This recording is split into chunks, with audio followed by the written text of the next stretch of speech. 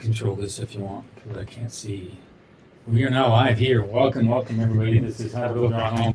We are the live chat, realtor and builder. We just here to help people out. That's what we love to do. So if you have any questions, I do have a couple of questions. I think I printed them up on my printer there so we can get to those. So jump online, have your questions ready. It's going to be a lot of fun. And please give us some feedback if you watched the video that Parker did, my son-in-law. Yeah. He jumped in, he gave a video, and I'm trying to make this a family affair and get everybody involved. And we're really excited about that. So if you have any posts on that, let us know. And Kinsey did have her baby. Yes. I think I have a picture here. Yeah, on July 24th. July 24th. Nope, that is Greer. That's not Greer. That is Greer. That is Greer? Yeah. Oh. There. That's the baby. That's the baby boy born last week. His name is Thatcher. He was 10 pounds, 3 ounces. 10 pounds and 3 ounces. Can you believe that? So, in the spirit of being a general contractor, he's a roofer. Well, his name is named after roofers in England. They were Thatchers. And so we're excited to have him on board. It's going to be a lot of fun. Hopefully we can show that to you. One of our students had a good joke. I wonder if he's going to be on here. I thought it was so funny because I put it in our Discord group of, hey, Mackenzie had her baby. And he put, what was it? Did she get a permit for that edition? Yeah. I love the jokes. I love creativity. That's great. Right. I have a couple things to bring up and some other fun stuff, but I wanted to get to this here. I promised this one, this comment that I respond to that one first here. And this is from Megan. When planning the budget, this is a really good question, so listen carefully. What order do I need to do the process? Do I need to get a quote from every single step and item to be able to get budget for the bank? I'm struggling to wrap my mind around getting quotes from people now and then reaching back about timelines and securing the sub when I have finalized the cost for everything yet. Okay, really good question. So when Kinsey and I do a budget, we go after the big things first. We go after excavation, concrete, framing, labor, framing, package. We go after then roofing. We go after the mechanical stuff. Now, when it gets to finish stuff, we have kind of an approach we go through on stuff. Now, this only is something you can do if you're a builder and you kind of know your numbers, but we don't have everything bid out. For example, on flooring, we know what cost per square foot would be a comfortable cost that give the client enough room to pick this or that. Same thing with countertops. We don't do a bid on countertops. We know about the cost per square foot where we need to be. Sometimes it's like $68 a square foot. Sometimes it's a little more than that per square foot. And so we have plans and we figure out the square footage of all the countertops, and then we give an allowance for that. All right. So in the budget, when you download it, How to Build Your Own Home, you'll see there's that word allowance is in a couple of those line items. And that's where you have a comfortable budget. Now, if you try to bid everything out and all that, you can do that. However, that slows down the process.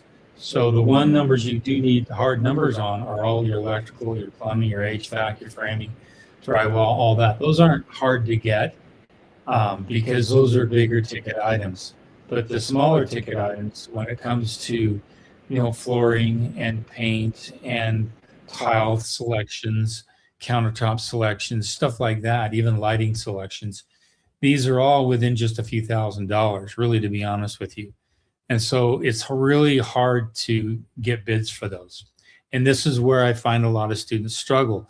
They're saying, I'm having a hard time getting bids. And typically they are a subcontractor that's not known in the area.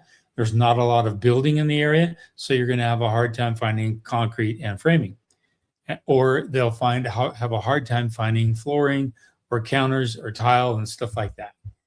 And so if you're in a high build area, then these things are plentiful. These resources and these subcontractors are plentiful. If they're not in a high area, then that's where you go for the allowance.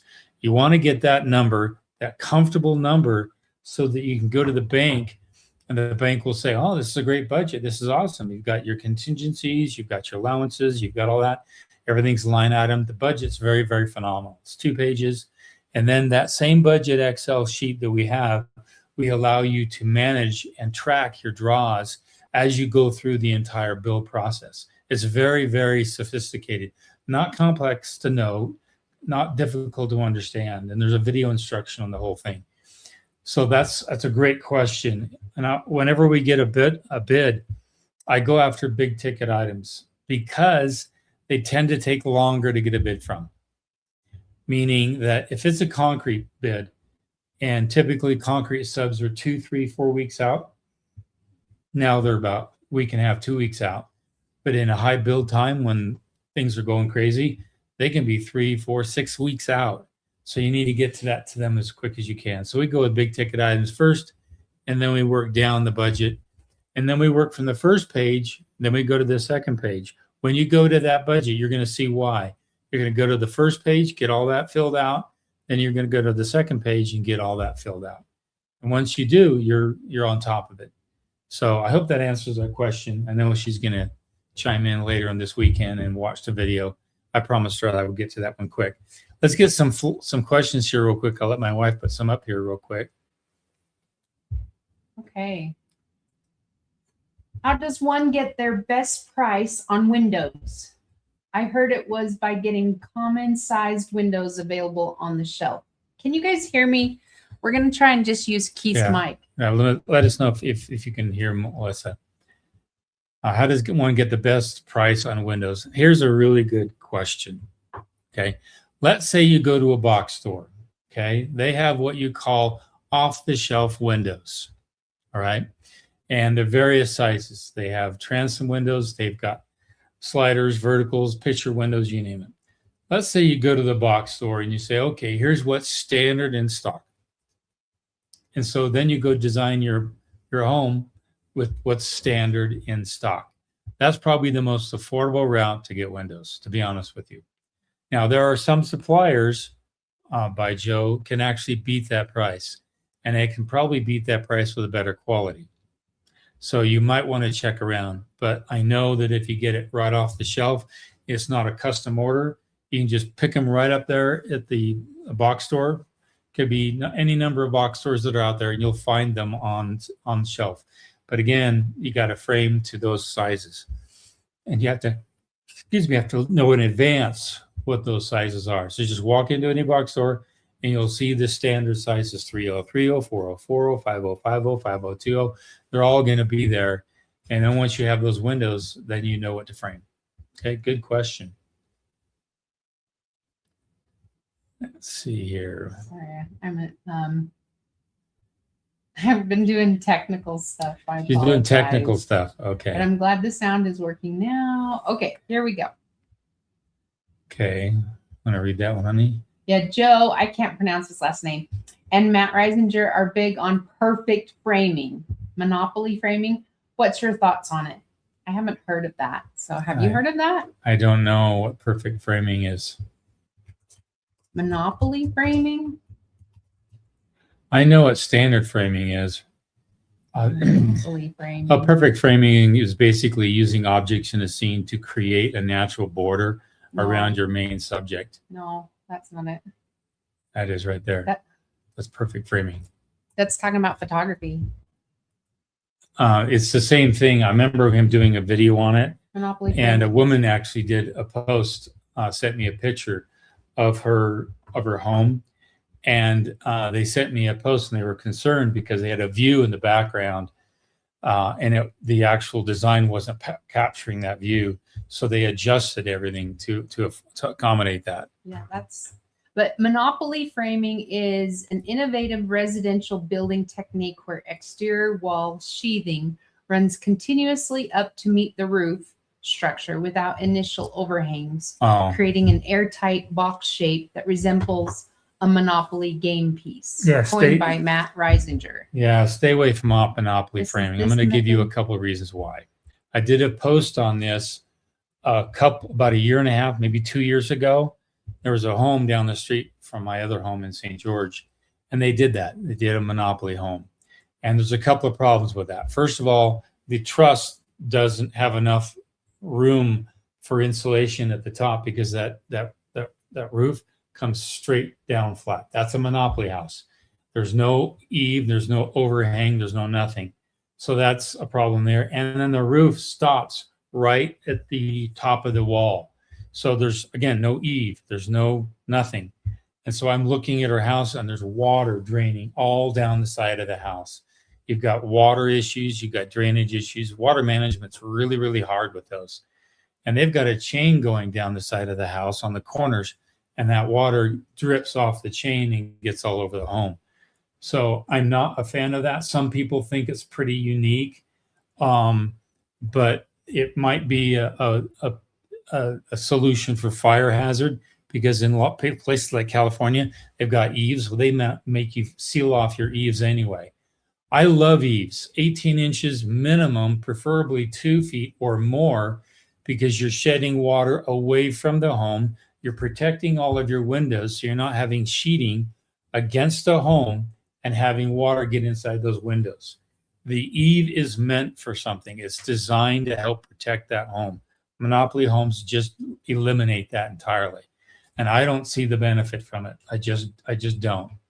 And so most builders you might save on your softened fascia, but not really. It looks like they add the eaves later. So Yeah. it's just the initial part, Yeah. and then they add eaves later. He's going for super sealed up insulation. Yeah, it's an air bridge. And I'm just not I'd rather increase my heel height.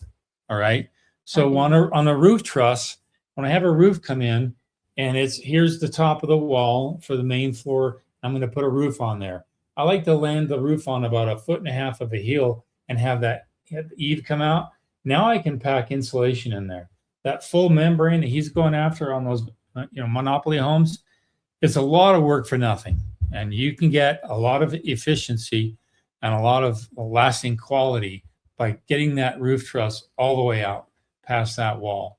So it's a good question. I mean, people get excited about new techniques, and I get excited about a better use of the techniques that we have. That's a combination of a technique that gets difficult for the framers, difficult for the truss company. And here's the problem.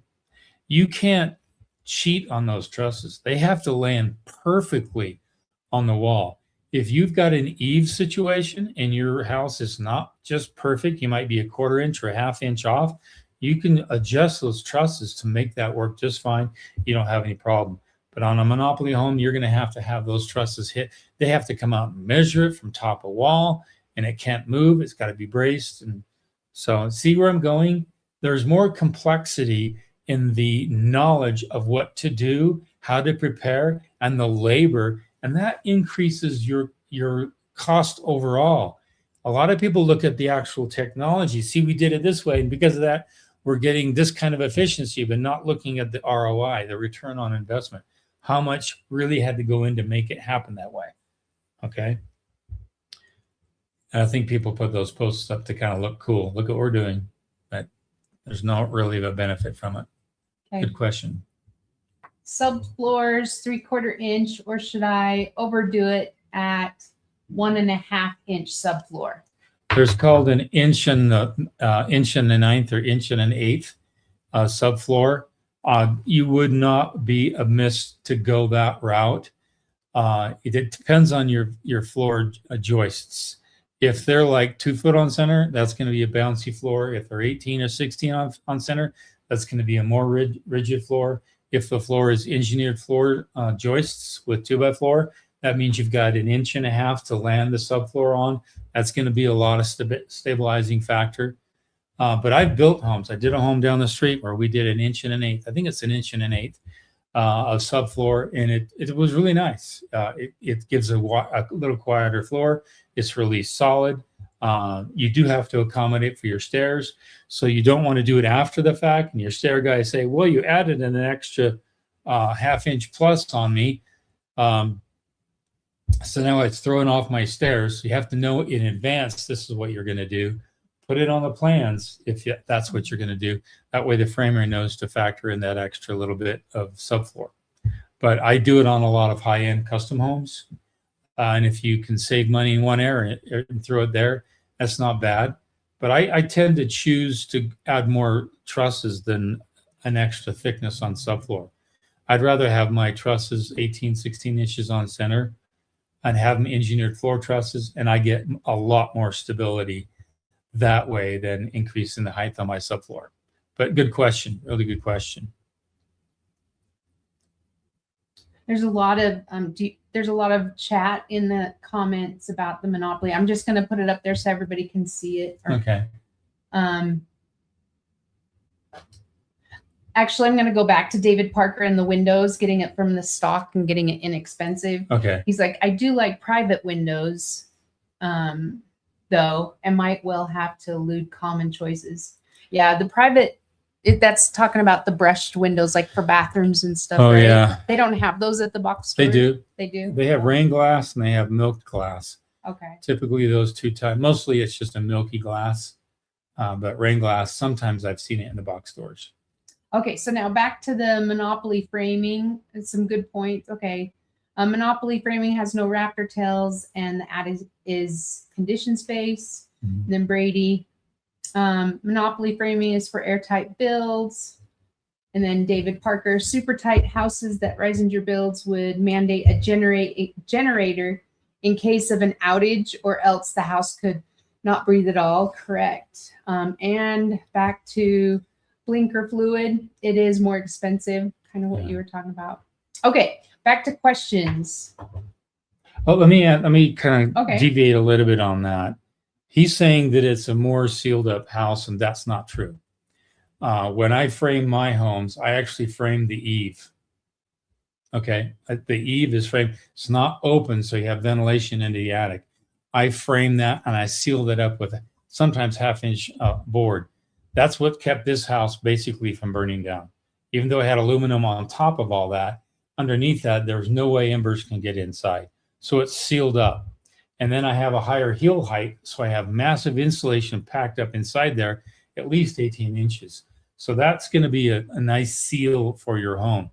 And so think about it. You've got drywall, perfectly taped and textured up in the corners. There's no airflow of that drywall. There's no airflow. All right. You've got everything. Your vents are all sealed up. Everything's all sealed up.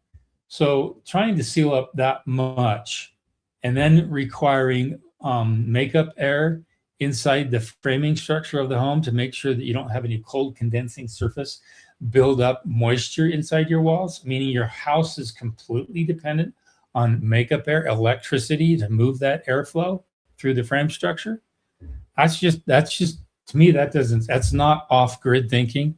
And a lot of people are off-grid, meaning, can this home be okay in case there's no power? Great, yeah. Like this home we're in right now, the power could be shut off, literally. And we could have only gas for the fireplace and for the stove, and our water heaters, gas as well. We would be just fine. If power went off for a month or two or whatever, we could survive in this home.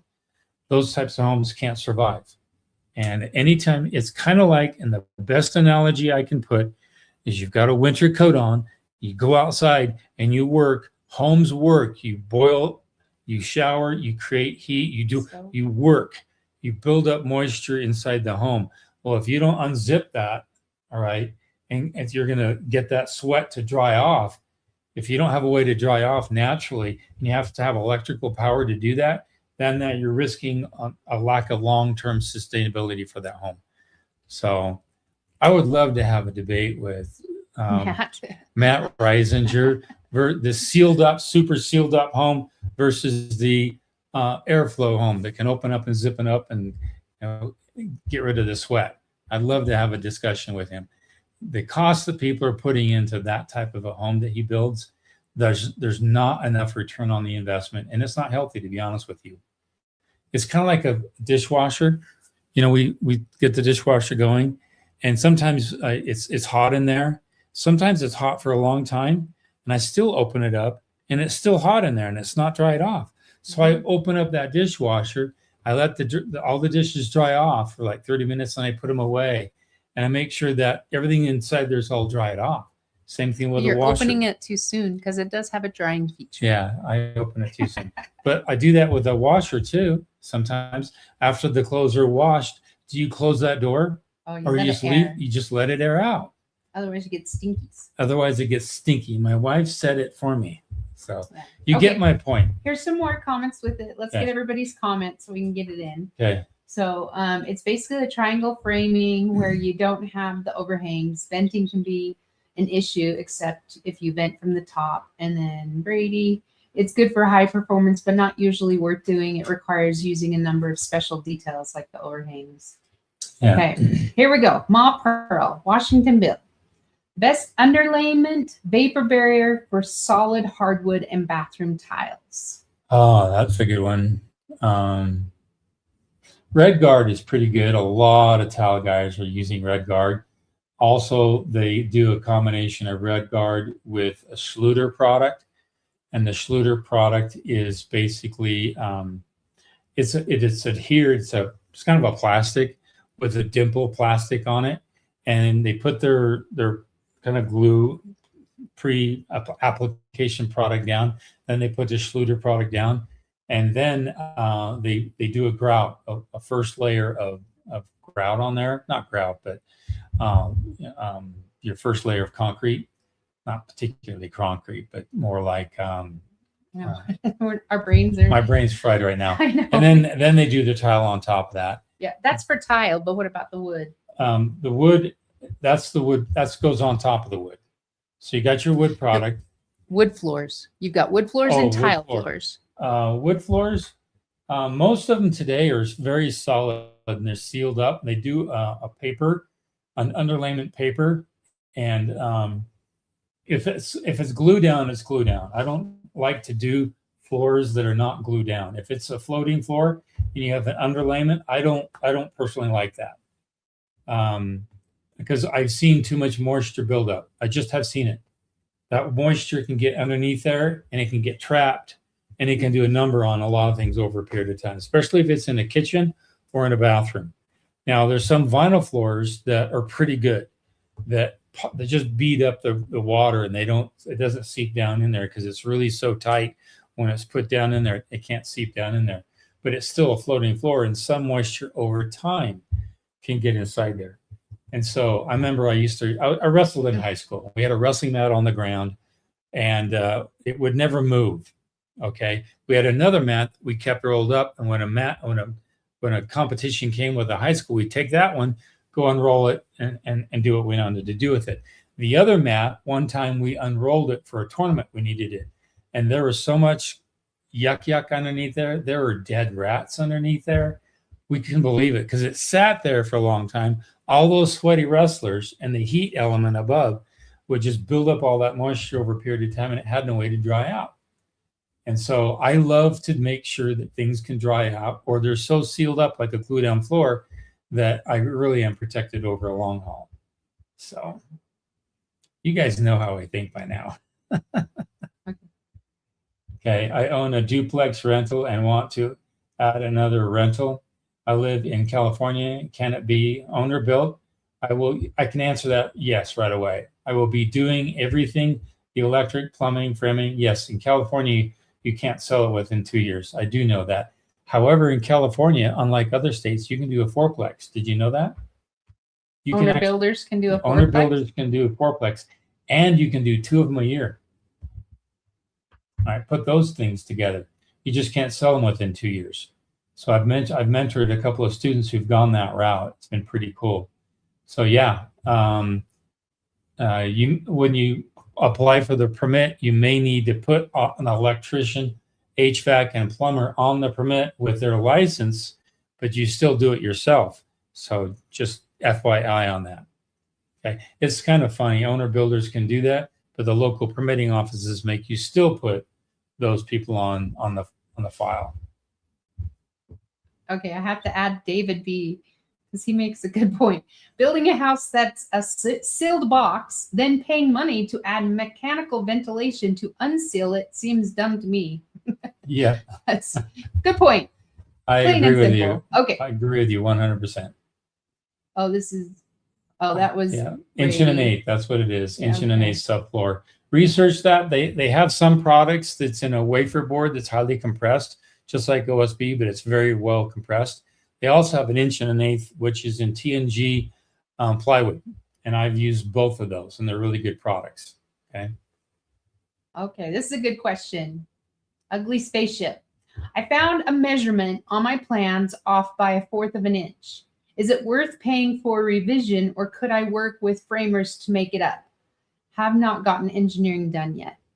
1/4 of an inch. You where, can let Dan? your engineer know real quick, because the framers are going to go off the engineered plans. That way you don't have to change anything on the architectural. When framers, concrete, and all those people build a home, they go off the engineered plans. They don't go off the architectural. They may use the architectural for elevations to see design and whatnot, but for actual measurements, they go off the structural plans. So if you can make that correction real quick with the engineer, you should be just fine. And then Brady also makes a good point. Yeah. Just redline it. Just redline it and everybody knows. And put your initial by the red line. That way everybody knows. Okay. Okay. And I would keep 2 sets of plans. Both of them have red lines. So plan that sits on the job site.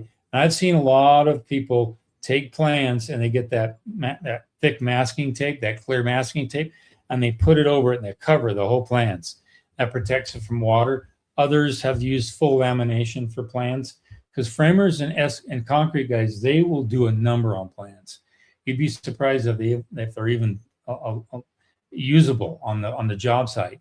So, and I've seen some framers, they just put on the edge of it, they just take some tape and they secure the edges of it so it doesn't tear as well. Especially if you live in high windy areas, or you're going to get a lot of moisture. So be prepared. And in my course, I have tools you need, and I give a tube that I tell you how to design, and keeping all the plans in the tube and that kind of thing. So good instruction there. David B has another good point. I think whatever product you use, this is about the flooring underlayment. I think whatever product you decide to use, your best bet is to hire a sub that's used it, or one that's used something similar enough to not make a difference. Don't pay to let your sub learn on your money. Right. That's a good one. Right. Yeah, just if they know how to do it, all power to you. That makes it much better for you. Okay, let's see.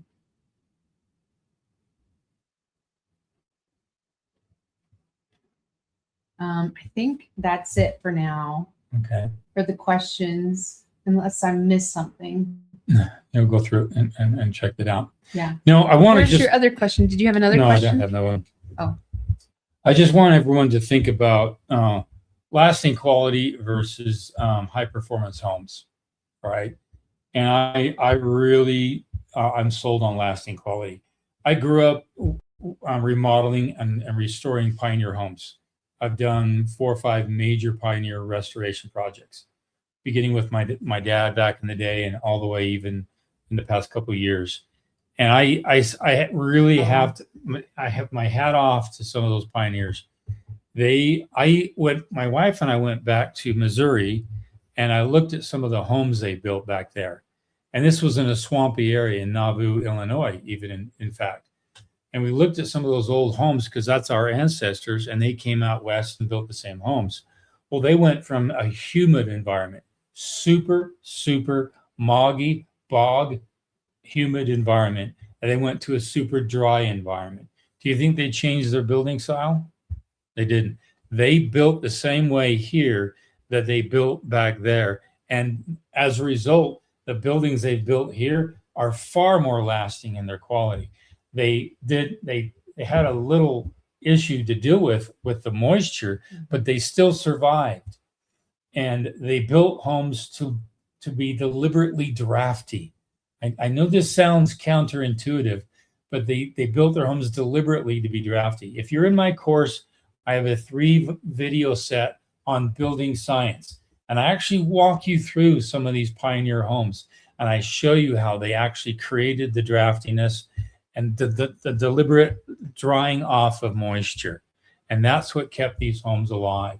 We think in just the opposite. Now, let's say, for example, you have a stem wall, all right, and you've got it well insulated. And I just did a video on this, on the insulation, where we did polyiso foam on the under deck of the first floor, which is the transition between the subfloor, which is really the stem wall, which is 4 feet high, and also that main floor.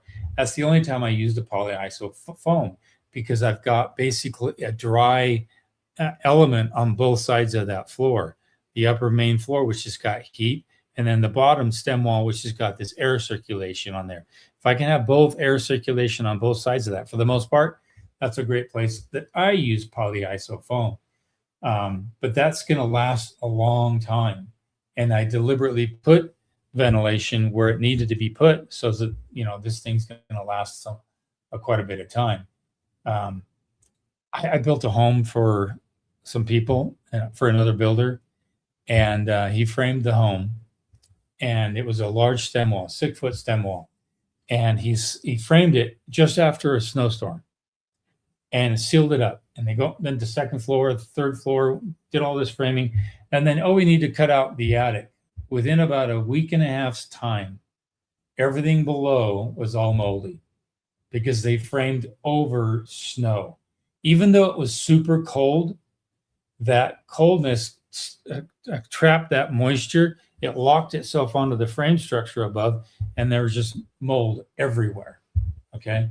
And so you have to, that's how important air movement is on a home, is making sure that there's sufficient, if not makeup air. In that particular area, we had to have makeup air, and that was not installed just yet. And because of that, the mold sat there and there's no movement. It's like like a pond. I'm a koi farmer, and I see people on posting, my koi died. And I look at their koi pond and there's no movement. There's no air movement. There's no filtration, no nothing. This applies to building science as well. So. Okay, we have a question. Question. I know we've been trying to get Denny Miller with OmniBlock on the show, and he has been on vacation back and forth. That was at the beginning of the summer. Yeah. And but do we know when he's done with things? I'm going to be speaking in Vegas in October. My wife and I will both be there. Yeah, but not everybody's invited to that. But we want to maybe do an interview with him down there, and maybe we can go to his plant or something like that. We'll figure something out. He wants to get on the show, but I'll be speaking at the Masons conference down there, and I'm a speaker there, and so I'll touch base with him. He knows he wants to get on the show, and we're going to get him on here. So his schedule's been tight. Yeah. I'm telling you, his business has really gone bonkers over the past couple of years because of how many problems he solves for. So. Okay. Ugly Spaceship. I've heard solid wood floors on slab is a nightmare. Do you agree? After I heard that, considering engineered hardwood. Yeah, it's still good. You can get really good kind. Yeah, engineer will flex a bit. The solid wood will not flex, especially if it's 3/4 inch. It's stiffer wood, and that stiffer wood will follow will do better on a subfloor that's wood rather than slab on grade. So engineered is designed to flow with that, and then you're going to have to make sure you get a floor installer to come out with a big level, almost like an 8-foot long level, and they're going to put it on that floor and see if there's any highs and lows. And if there is, they either grind it down or they'll level it up with self-leveling concrete. So they're going to do that. And if you do that, then that floor is going to sit flat, and you're not going to have any voids and dead spots on there. You know, when you go in an old church and you bounce a basketball, there's a dead spot there, or an old high school athlete gymnasium, you'll notice dead spots because that slab wasn't perfect flat. Okay, here we go.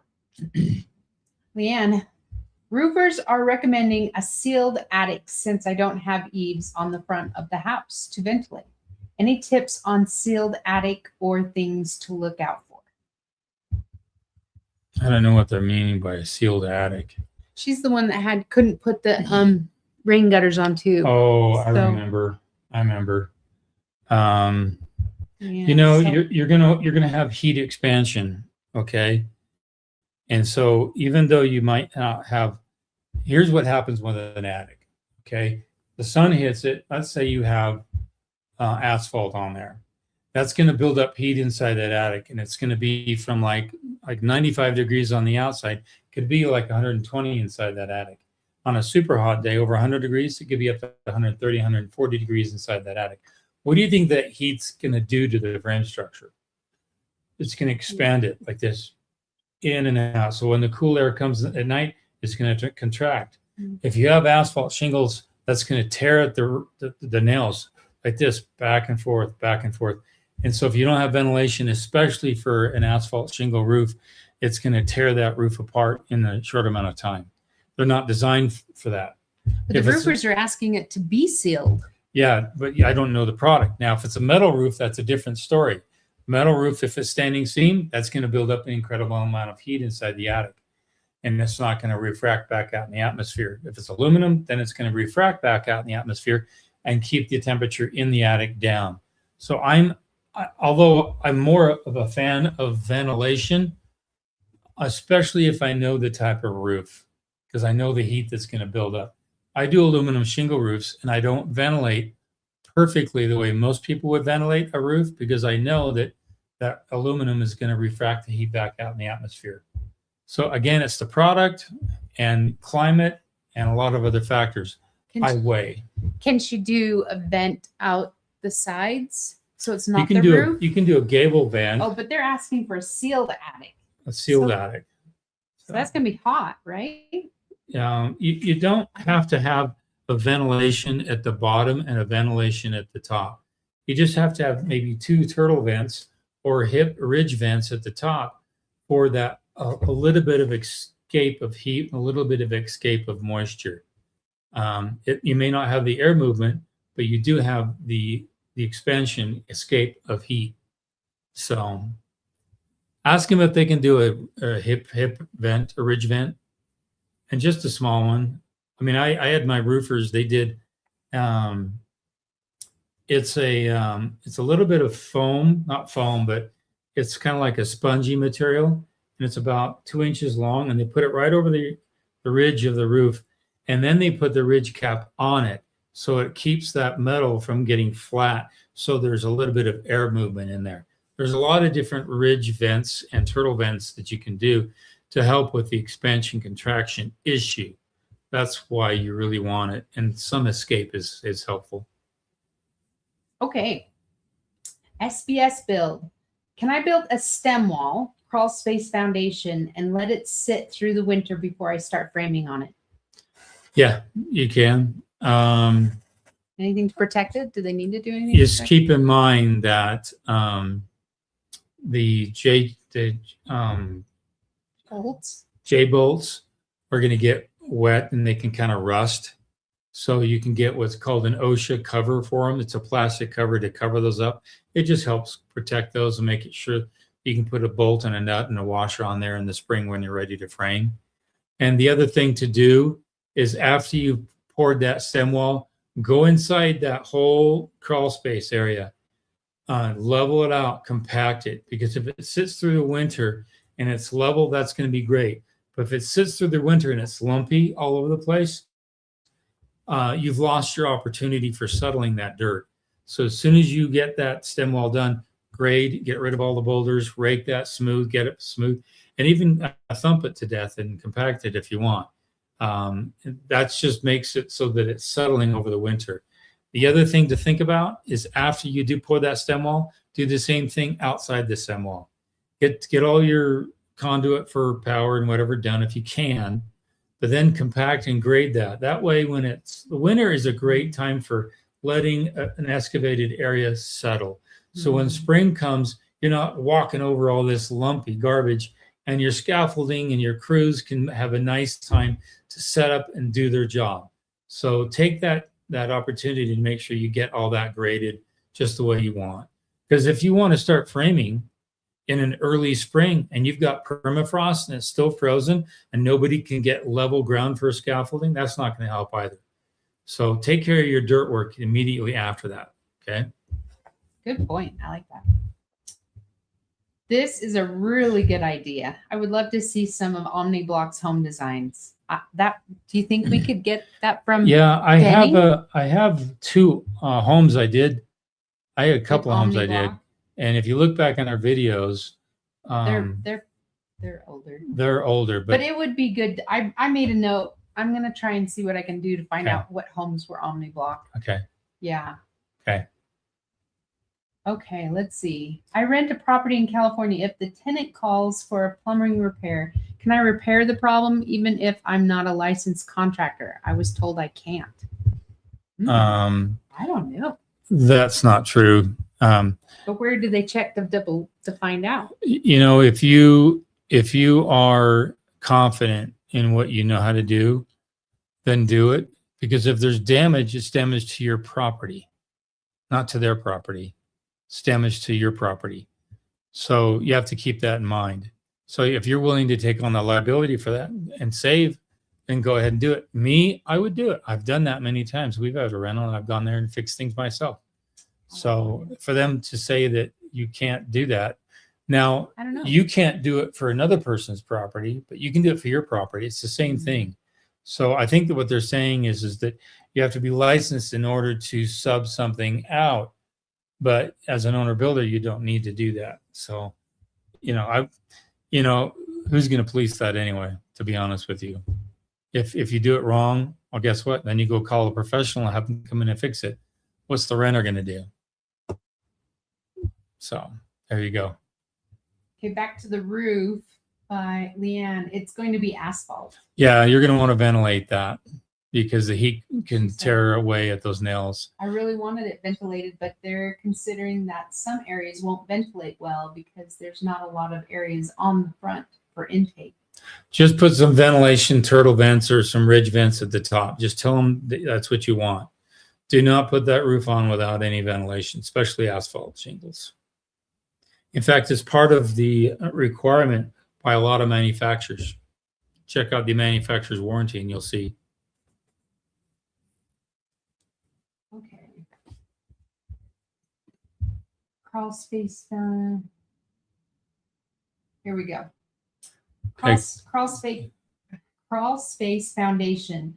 Does the dirt floor need to be same elevation at top of footer, or can it be at bottom of footer?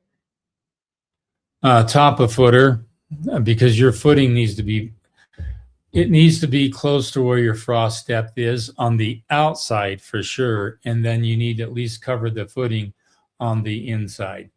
Now, you can go higher above that. Depends on how much space you want in the crawl space. I like a minimum of 3 feet. Why? Because 3 feet means I can sit on my butt between the trusses, and I'm a mechanical, plumbing, HVAC, whatever, and I can reach up there and do that. If it's 2 feet, I've got to be on the ground like this and crawl on my back to do everything.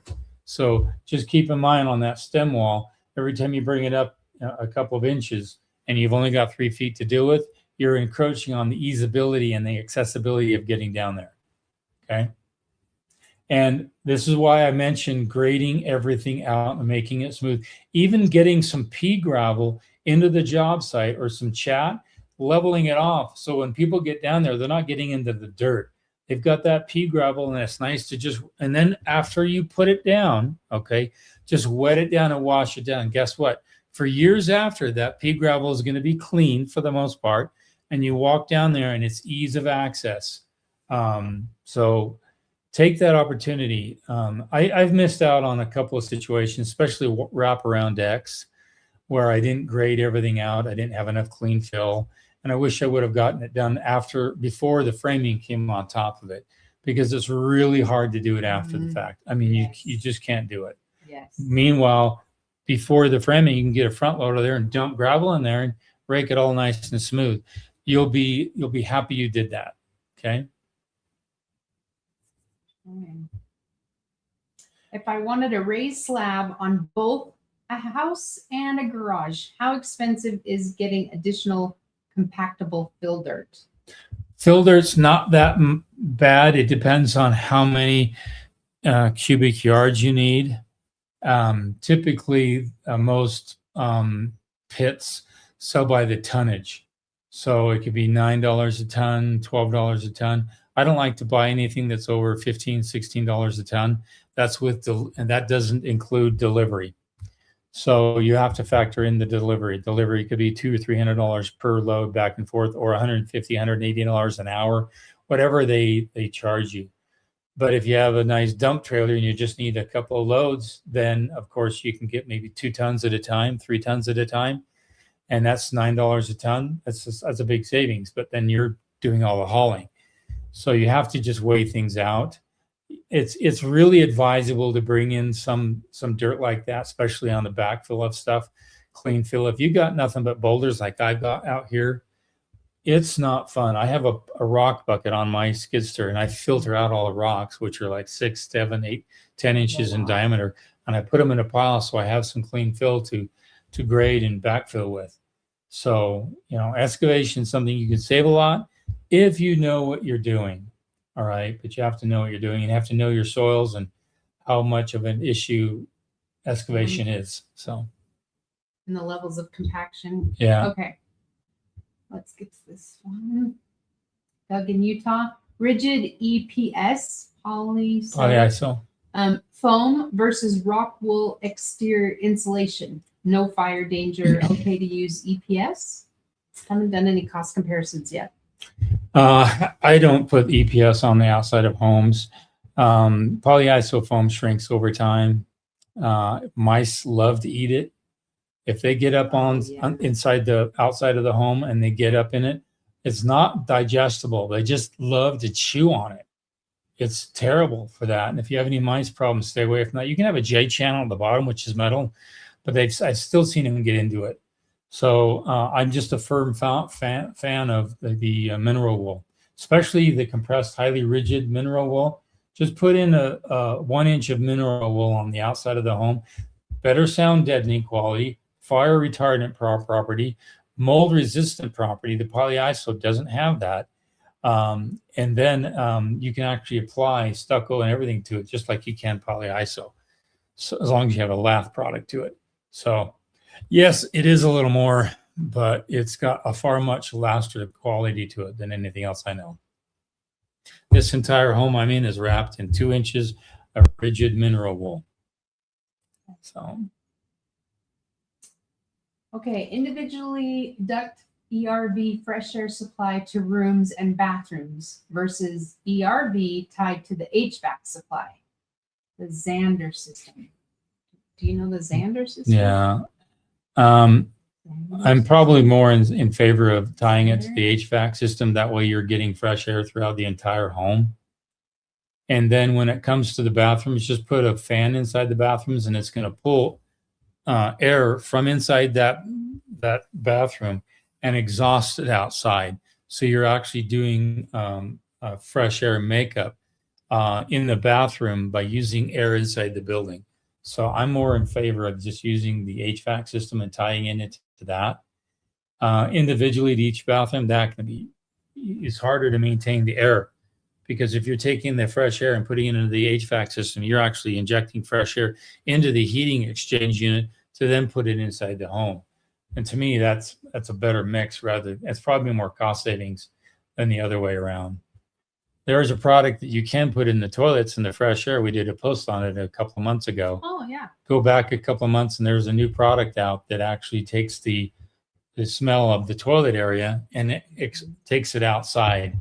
It's pretty cool. Just go back and you'll see it. So yeah, that's cool. Okay. Should I consider attic fans in the back side of the roof? This is the asphalt roof and the seal. Yeah. The roofers are saying. Yeah, my grandfather built a large building and he put fans on his gable ends, so it's tied to a thermostat. So when it gets a certain temperature, it kicks on and it vents out the attic and it keeps that attic cool. It's great for places where you've got a big, huge shed roof that's facing south, where you're picking up all that heat. But again, it's electricity dependent. So that's just something to think about. I have to weigh it. A lot of buildings did it back in the day, but now with different building science, they just go ahead and put in some turtle vents, or they do some other venting. But a lot of large buildings with a huge roof, they do that still. And because the reason being is because they've got maybe 16, 18 inches of insulation. And without that fan, the heat buildup is so intense in the attic, you can touch the ceiling inside those rooms and you can actually feel the heat. And so that fan cools that attic off substantially. But again, that's probably more appropriate for an asphalt shingle roof or even a tile roof, because both of those are heat magnets. They're just going to suck up heat and refract that back into the attic. So whatever building product you're using, that's going to determine what you might want to do. So, but you have to have them at both ends, or just one at one end, and then it's an open vent at the other end, and it's sucking everything this way like a greenhouse. So you don't need them at both ends. You just need one at one end. Okay. Okay. How important is it to seal omni-block wall when left exposed? Only asking because we might want to stucco it in the future. Oh, that's going to last a while. That's not a problem. It's the inside you're going to want to mud. Make sure that's protected. I wouldn't go too long. You can do an omni-block and you don't have to do the lath product. You can just do the gray coat and stop, and they do the finish coat later. Okay, just keep that in mind. The other thing is with omni-block, you're going to have a tip. You can have a flanged window, or you can have a masonry window. And the difference is, in a masonry window, there's no flange. It just fits perfectly inside that opening, and you caulk it out and all that, and then you trim it later on. I put flanges on mine. All right, I'm just used to that. I wanted the full protection. And so you'll see flanges stuck to that omni-block and caulk there, and it's sealed on there. And then I put a hardy trim around it so that it looks like it's regular, stick frame. That's just the way I did it. But you don't have to do it that way. And probably, Danny would probably tell you to do a masonry remodel window. It's called a remodel window, where there's no flange. And you can actually take windows with a flange and you can cut them off. I've seen a lot of guys do that before. I don't recommend it, but I've seen it done. Okay. Is 2x6 studs on 24-inch center good for R value if insulating with mineral wool or blow-in insulation? It's required in some places in Canada and even Alaska, where it gets so cold. They need the insulation over the framing, and it's structurally sound. The house can rattle a little more, but 2x6 on 2 foot on center is not bad. I don't do it in my neck of the woods because I want a sturdy home.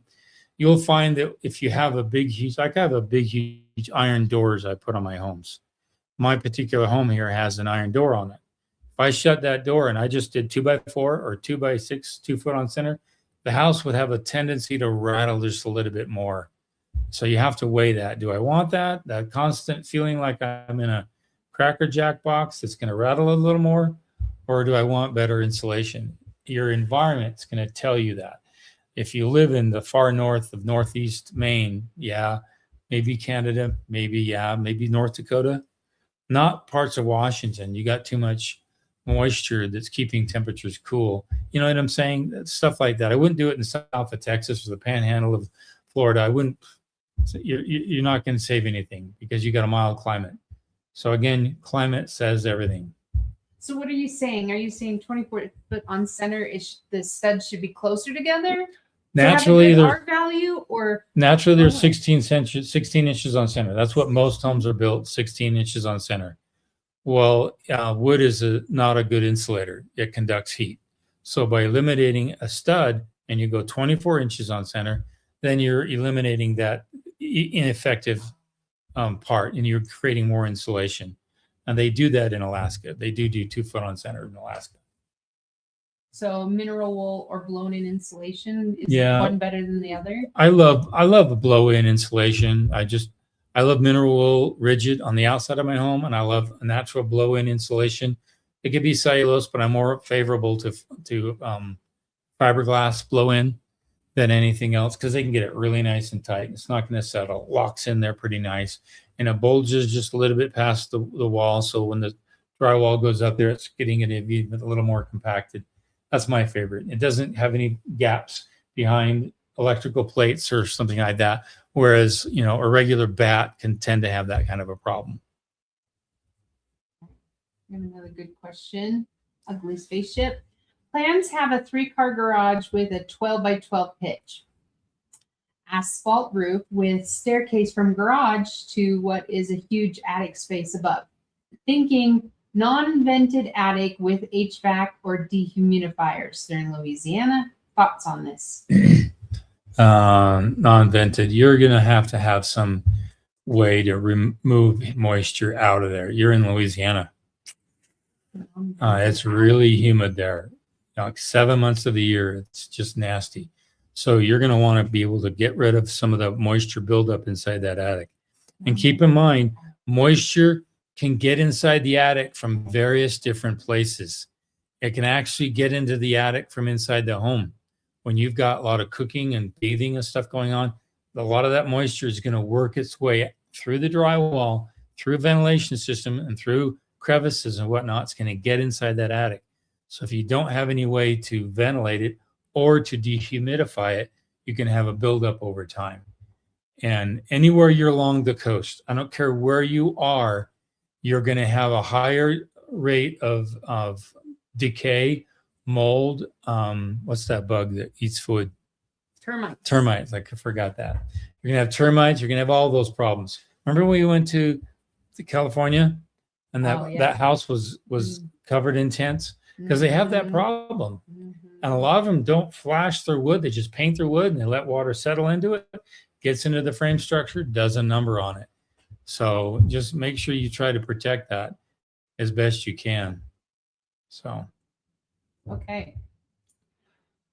Val Smith, hi. Referring to the backfill question, how long can it sit after excavation and still be used for backfill or even the top layer for like a yard? How long can it sit still after excavation and still be used for backfill or even the top layer for like yard? Oh, it can sit forever. Yeah. It's not going to be a problem. Yeah, you can. I've had piles sit around for a long time. Yeah, we had, since the fire, there was backfill and everything, and there was piles across the street, and they just barely moved them. And yeah, it's a year that they've been sitting there. So. I don't know if you can see across there. There's a lot of backfill on a build they're doing over there. Yeah, and it's sitting around there for quite some time. Okay, let's see here. Oh, topsoil. Okay, she meant topsoil. Let me make a caveat. If you do your excavation and you want to do your foundational work and you get all your compaction done, okay, and then you do your footings and all that in the spring, that's not going to be good because that soil can loosen up that compaction. So compaction results are only good for a certain amount of time. So whenever you get your compaction done, ready for your footings, pour your footings ASAP, get your stem wall, everything else done, then you can let it sit. Because all that compaction is stabilized now. You don't want to do your excavation, let it sit, or get it compacted, let it sit, and then it's loose again. All right. Geotech reports are only good for a certain amount of time. Okay. So keep that in mind. I think I'm not getting all the comments. I'm going to go to this and then, because it looks like there's some conversation going on, but I'm missing something. So if I miss a question, please redo it and put it in so everybody can see it. Down at the bottom, it says you can post a comment and it should go to everybody. Yeah. So if I don't want to miss your question. We do this one with David Parker. On there, we're also doing raised slab. There's the market 209. Here, we can go here. Yeah, oh, there you go. On 2x6 24 center exterior wall, how much blocking do you suggest? Also, what liquid applied vapor barrier do you suggest using 1.5 EPS over? the first part of that is how much blocking depends on how high the wall is. So if you're going over 10 feet, you're going to have a fire blocking at the 10-foot mark. Anything over that, every 10 feet, you're going to have a fire blocking. And it also tells if you have any shear blocking, that's part of that as well. So your engineer plans are going to tell you that. And then as for the liquid applied vapor barrier, do you suggest using, I only do a liquid applied vapor barrier on the transition between the slab and the frame, about 6 inches down and maybe 6 or 8 inches above. That's my main concern. In case there's water that comes against the home, it's protection for about a foot. And then it stops airflow from inside, from outside, bugs, you name it, the whole 9 yards. That's your weakest point in your home, is that transition. So I only do a liquid applied, and I have other products I use, and I've done a lot of videos on that. But that's the only part that I do the liquid applied. Okay, that's it. And we hit our 6. Oh, there we have 6 o'clock. Oh my goodness, right on the dot. It goes so fast. It Time goes so so fast. fast when we're having fun. Somebody made a comment down here that I was interesting is Eastern Washington and Spokane has 20 inches of rain a year. Wow. That changes everything. Okay. I'm going to be starting to think about how am I going to get water off the roof? Where am I going to take the water? Like, we live in the mountains here. When we get a deluge, it's insane. It's pretty insane. So I have rain gutters around this home, and they all go to the creek behind us on the west side of the home. Just from this house alone, I can fill that creek, and I can get that creek running with all the clean shear of water coming off that metal roof down those rain gutters. And I've got 7 rain gutters, all coming down at various points. I've got another house, I've got 8 or 9 rain gutters. And you need to factor in water management. I might just do another video on this.